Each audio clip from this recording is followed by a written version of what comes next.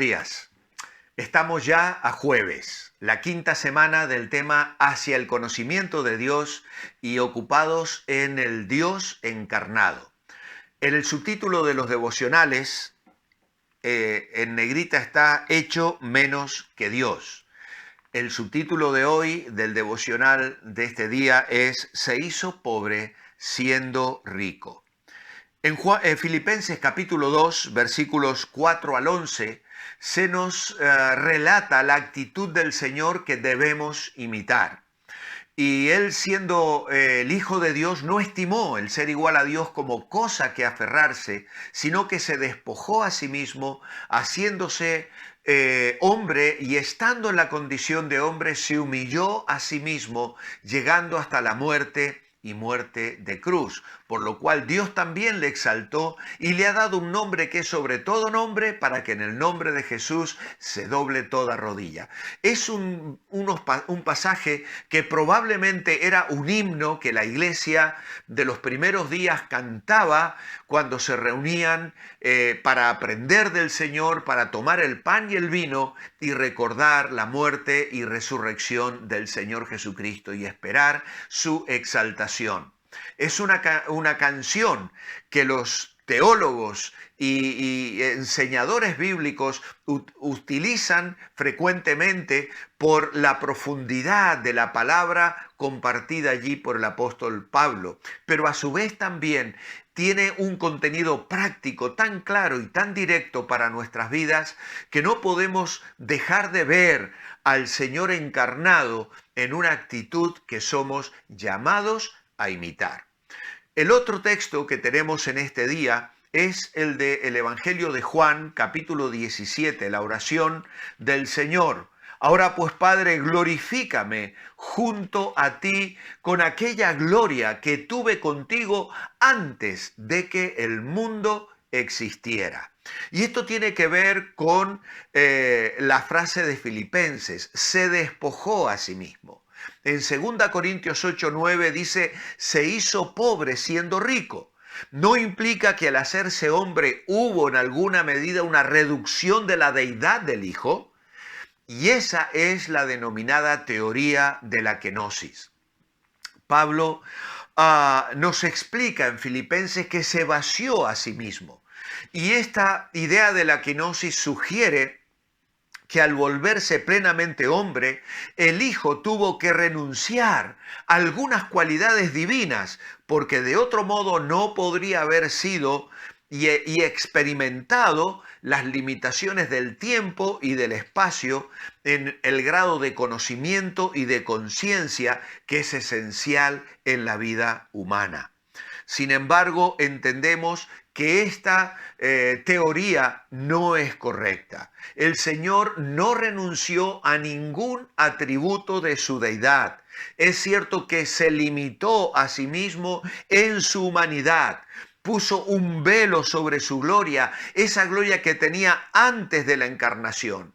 Y al desentenderse voluntariamente de algunas prerrogativas divinas durante el tiempo que estuvo en la tierra. Sin embargo, el Nuevo Testamento es absolutamente claro en cuanto a la omnipotencia, la omnipresencia, la omnisciencia del Cristo resucitado. Él mismo firmó en términos absolutos que toda su enseñanza era de Dios, porque Él no fue otra cosa que el mensajero del Padre. Hemos leído esta semana Hebreos capítulo 1, Dios habiendo hablado muchas veces y de muchas maneras en otros tiempos a los padres por los profetas, en estos últimos días, en estos postreros tiempos, nos ha hablado en Hijo, a quien hizo heredero de todo y por quien asimismo todas las cosas existen y fueron hechas. Así que el Señor Jesucristo es, podríamos decir, la ventana por la cual nosotros podemos conocer el corazón de Dios. Si anhelamos saber más acerca de Dios, no es preciso internarnos en complejos y enredados estudios teológicos, aunque obviamente eso es una bendición y aquellos que lo pueden hacer van a enriquecer sus vidas. Sin embargo, si queremos conocer a Dios, es suficiente con que contemplemos a Jesús, contemplemos al Hijo. Quizá por la sencillez de esta acción, Jesús se sorprendió cuando escuchó lo que Felipe le pedía. En aquella última noche Felipe dijo, muéstranos al Padre y será suficiente para nosotros. Y entonces el Señor le dijo, tanto tiempo he estado con vosotros y aún me dices que no conoces al Padre, Felipe. ¿Por qué tenemos esa tendencia a complicar lo sencillo? Dios se manifiesta, Dios se acerca, Dios viene a nuestras vidas. Nosotros queremos verle en cosas extraordinarias, pero Él está en lo cotidiano. Está a nuestro lado cada mañana cuando nos despertamos. Espera que vengamos junto a Él para tener un tiempo de oración, derramar nuestro corazón en su presencia, para que salgamos día tras día a nuestra vida diaria, a nuestras obligaciones cotidianas, tomados de su mano, experimentando su consuelo, su guía y su dirección. Y no necesitamos estar rodeados de un aura o de un manto extraordinario. Él es fiel, Él está con nosotros, ha prometido ser nuestro compañero, no abandonarnos absolutamente nunca. Nada, ni nadie nos puede separar del amor de Dios en Cristo Jesús. Obviamente, para ver al Padre en Jesús necesitamos una expresión de fe. A veces estamos tan ocupados mirando o buscando ver cosas más difíciles que no reconocemos lo que ya hemos encontrado.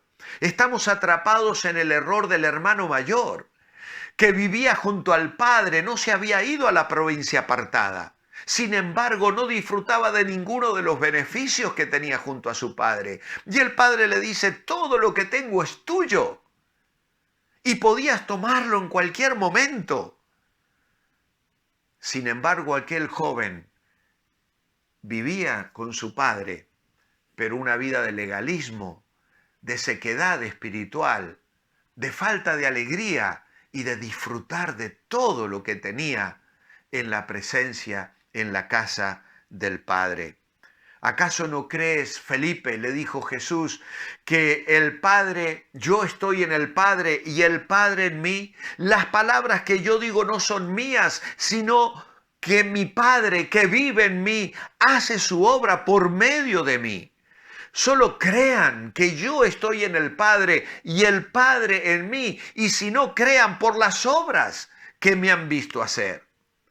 Si lográramos insertarnos entre la multitud de curiosos que seguían al Mesías por todas partes para observar las cosas que hacía, descubriremos quién es el Dios que lo ha enviado. Necesitaremos, sin embargo, despojarnos de todo el bagaje religioso que nos condiciona, la forma en que miramos a los demás, o acabaremos buscando, como Felipe, aquello que ya se nos ha revelado, que está a nuestro alcance y que no lo sabemos disfrutar. Cuando el autor de Hebreos declara que en estos últimos tiempos Dios nos ha hablado por medio del Hijo, se refiere a algo que son más que solo palabras. El Padre ha hablado por medio de esas manos que sanan. Vemos al Señor sanar a los leprosos, curar enfermedades, levantar al paralítico. Vemos a Dios en los ojos de Jesús que lloran por Jerusalén rebelde o ante el dolor y la tragedia de la muerte, ante la tumba de Lázaro. Vemos los pies de Jesús que caminan recorriendo los senderos polvorientos de Palestina. Vemos al Señor proclamar órdenes que desatan a seres humanos que vivían encadenados como el endemoniado Gadareno, a quien nadie podía sujetar, que vivía cerca de los cerdos, viviendo en lugares inaccesibles, y a quienes sus conciudadanos habían atados con cadenas, pero aún ni con ellas habían podido retenerle. Vemos al Señor mostrando una compasión que alimenta una multitud hambrienta, tomando unos pocos panes y unos pocos peces y dando de comer a más de 5.000 personas. Vemos a Jesús en conversaciones que desafían, como aquella que tuvo con Nicodemo en aquel aposento alto en la noche, hablándole de la necesidad de nacer de nuevo. Vemos al Señor con brazos que envuelven a los niños que quieren venir junto a Él y a quienes los discípulos querían alejar. Pero el Señor les decía: dejad a los niños venir a mí y no se lo impidáis, porque de los tales es el reino de los cielos. Vemos al Señor usando labios que bendicen, hablando palabras de esperanza y de salvación. Vemos miradas que quebrantan. Cuando el Señor posa sus ojos en un Pedro que acaba de blasfemar, negando conocerle.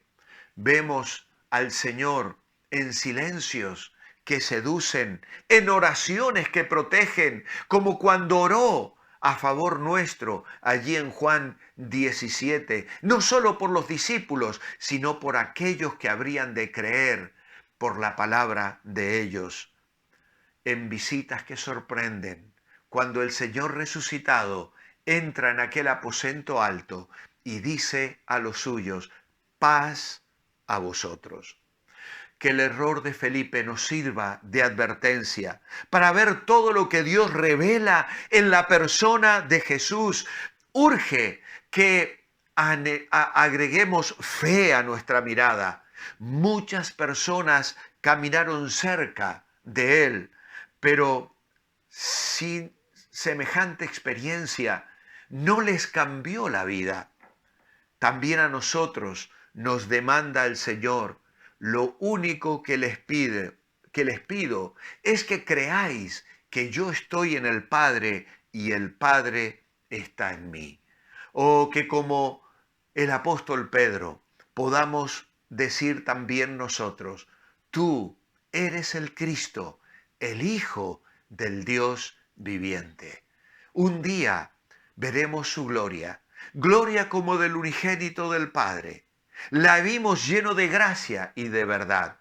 Esperamos un día estar junto a su trono, junto a aquellas multitudes alrededor del mar de cristal, y allí nos postraremos en una alabanza multitudinaria donde millones y millones de personas proclamaremos su gloria y le veremos en todo su esplendor.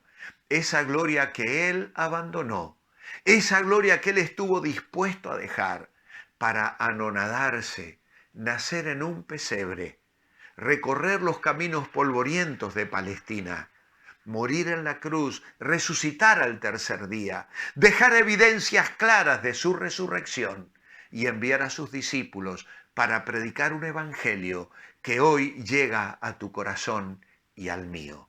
Ese Jesús, por su Espíritu, hoy vive con nosotros. Su gloria resplandece en nuestras vidas. Oh, que ese velo que Satanás coloca sobre las personas, si está sobre tu vida, sea hoy quitado completamente para reconocer en Cristo la gloria única de Dios el Padre y ver en Él el brillo de su deidad. A pesar de su humanidad, era Dios hecho hombre que venía a cautivar nuestros corazones. Mi oración escrita hoy es: amado Padre, te alabo hoy, cuán maravilloso es tu amor y tu plan de salvación por medio de tu Hijo Jesús. Él dejó la gloria del cielo para venir a este mundo a dar su vida por nosotros. No dejó de ser Dios, solo su vestido de gloria por un tiempo corto para acercarse tanto a cada uno de nosotros para que le pudiésemos conocer. Te bendecimos en esta hora en el nombre de ese Hijo, el Señor Jesucristo. Amén y amén. Que el Señor os bendiga.